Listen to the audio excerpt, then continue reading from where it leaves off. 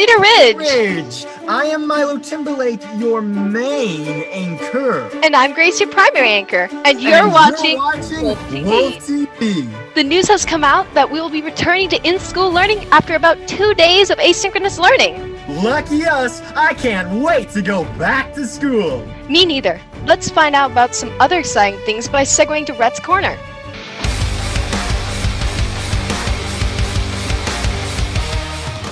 Welcome to Rhett's Corner. This week, I've been thinking about life before the pandemic, and I thought that now would be a good time for a rerun of Rhett's Corner before Rhett's Corner even existed. I now present to you the Nonsense Committee. Whoa! Is that an HP Scanjet 5470C? I wonder what's inside! Whoa! Let's go, guys!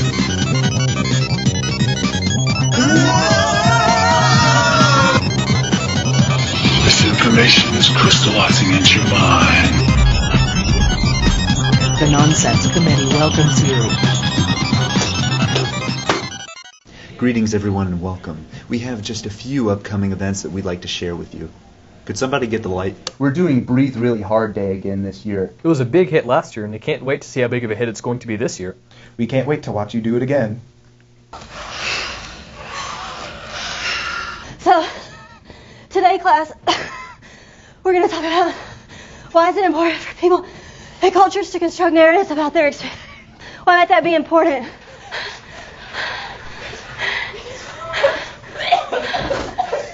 And also, our hygiene fund has been running dangerously low again. That's why we'll be conducting the Cedar Ridge Assorted Liquids Drive. And I know what you all are thinking. No! Jell-O is not a liquid.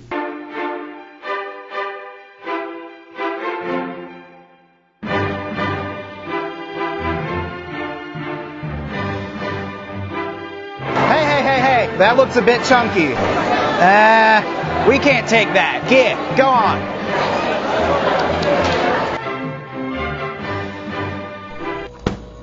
These foolish mortals know nothing. Make sure you come out to Cowboy Meditation and raise awareness for Breathe Really Hard Day.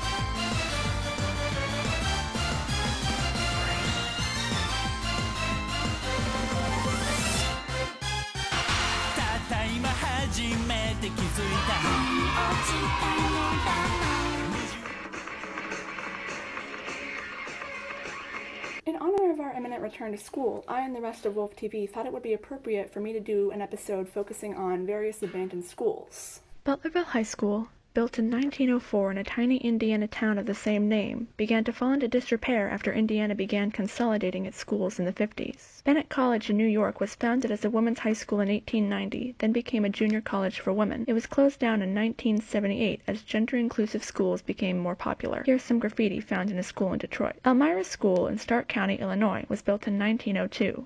The Osceola School District petitioned to join the Elmira District in 1952, and a new school was built elsewhere. The Elmira School building was used as a community meeting center until 1970. Here's an abandoned piano, left behind in a derelict and unnamed New Orleans classroom. Alright, that's all for this week. See you soon. Hi guys, this is Demi Fanica, co-president of Red Cross Club, back again to remind you of our blood drive on Wednesday, March 3rd. Your ability to help serve your community is as simple as rolling up your sleeve and donating some blood. Help us reach our goal of 69 donors. Thank you. Top 10 Bentley Coupe.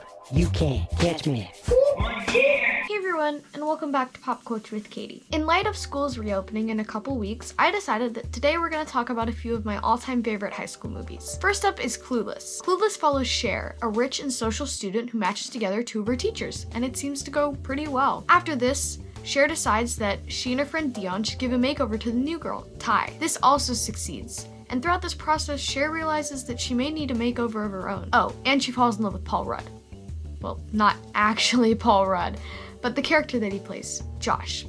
Another movie that I am very confident you have probably seen is The Breakfast Club. This movie follows a group of teenagers who get sent to the same Saturday detention, where they realize that they may have more in common than they thought.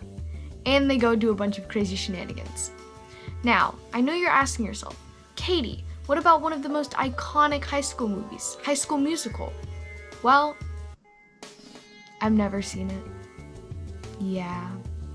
Before you can judge me, we're gonna go to Mail with Max. Hi, welcome to Mail with Max. You might remember that in the last episode I tried something a little different with my segment, something kind of like an advice segment, and I figured that could be interesting to continue. And then our return date to school got moved up earlier than I think most of us thought it would, and I decided that it would be interesting and also very helpful to give advice on staying safe when you return to school. First off, it's very much advised, and also it will probably be required, that you wear a mask to ensure the safety of yourself and also others. Of course, social distancing and the 6 feet apart rule will also be advised. Maybe try to limit touching objects like desks excessively. That's an odd example I gave, but try to limit touching objects, and also try to limit physical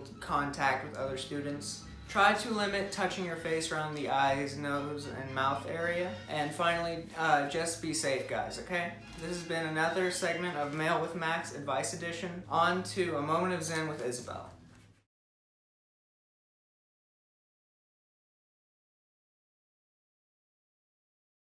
Hello friends, it's Isabel. Some exciting things are coming our way with back to school hybrid in-person learning.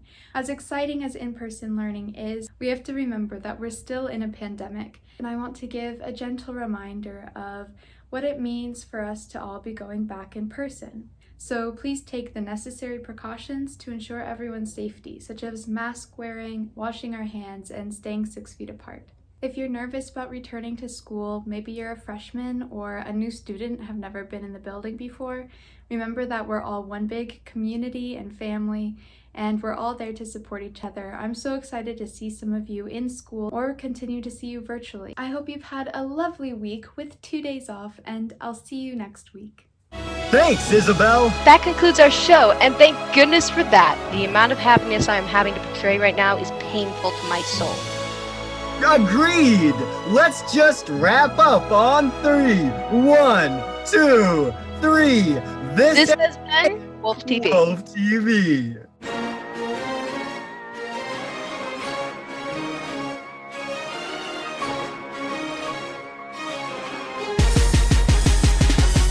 Now there's this little thing that makes Espanol confusing for a high school Spanish speaker. It's not at all amusing. Of course I'm talking about porn par using.